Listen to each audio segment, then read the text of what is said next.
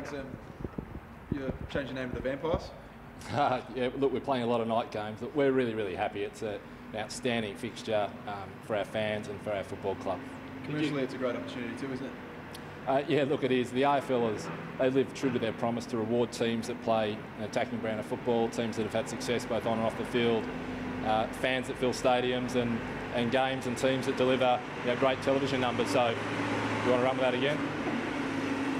It's a tractor. So we're in the middle of a development zone.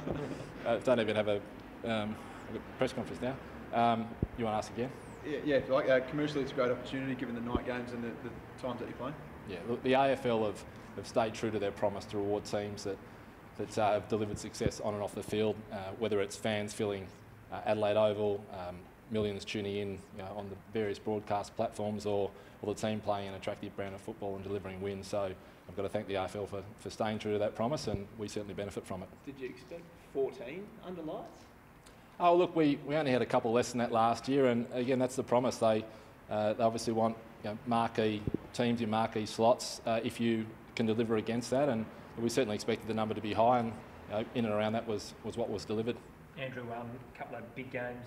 Jake Lever rounds 10 and 19, Bryce Gibbs 7 and 23 against Carlton, so the fans always look forward to those ones. They'll be big clashes, no doubt. Yeah, look, there's always something that you can find in every game to provide an edge to it, and I'm pretty certain that won't be a part of our high performance discussion looking at individuals who are playing sort of old teams or the like, but look, it's plenty of interest for fans, and it's good to play those teams twice. Andrew, 6 of your first 9 games at Adelaide Oval. Most unusual, but gives a team a chance to get off, I guess, to a bit of a flying start. Yeah, look, it's always difficult to try and read the footy benefit into a fixture, but look, I think it's great to be able to start at home and have some stability there, given we are a travelling team, and 6 of the first 9 or 7 of the first 11 will hopefully get us off to a really great start. What do you make of? I mean, it's rare to see teams, both SA teams, have a block of 3 or 4 sort of home games in a row. We haven't seen anything like that. Look, I think there's some quirks that come up in almost every fixture, and yeah, that's certainly one of them. And there's obviously a part of the fixture where we play 4 weeks in a row at Adelaide Oval, which is a bit unusual, but I think the players and coaching staff, and probably staff more broadly in the club, and will appreciate that. But as I said, each and every week it's 1v1, and whether we're playing here or away, the preparation will be the same. You're obviously very happy with the draw, and is there anything you didn't get that you put in as a request for the draw? To be fair, we had most of our requests fulfilled. Obviously, we've spoken about some of those marquee slots that is really just part of how the AFL does reward their teams that deliver for them. We wanted Indigenous round. Again, we've invested a lot into that fixture here, and that's great to play that in, I think, round 11 against GWS. Importantly, the week prior to that, we're playing Melbourne in Alice Springs, which was also important to us to have a fixture in the Northern Territory, given what we do with our women's team. And I think that game might actually kick-start the Indigenous round, really, which would be pretty special.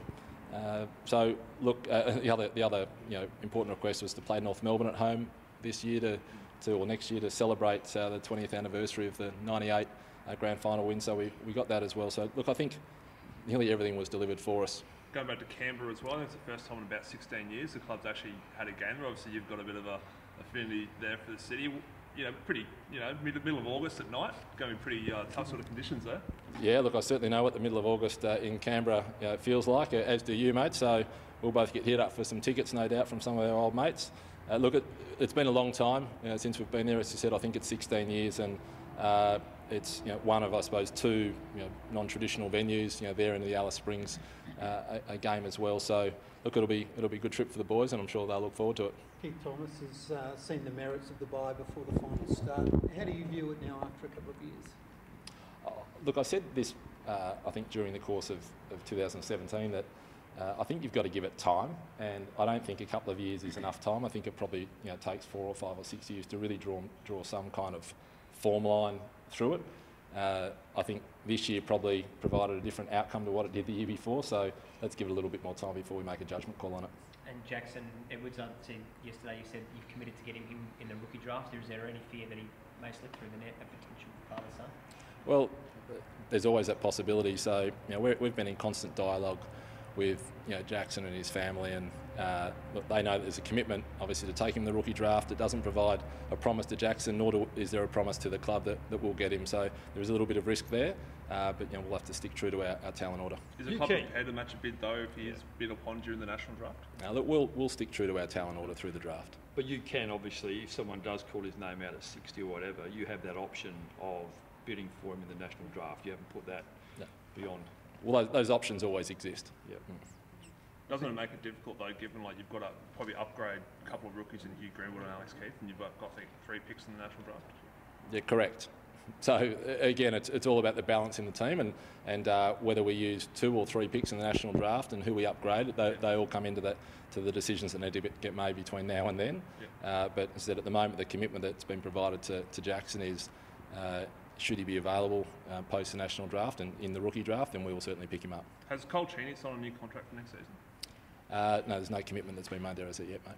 Any update on some of the other heavy hitters? I know Brodie Smith was one that was penned in to sort of be done before Christmas, and Rory as well out of contract. Are you comfortable with where things are at with those 2 guys? I didn't know who we had penned in to do before Christmas or not, mate. I'll have to check that diary note.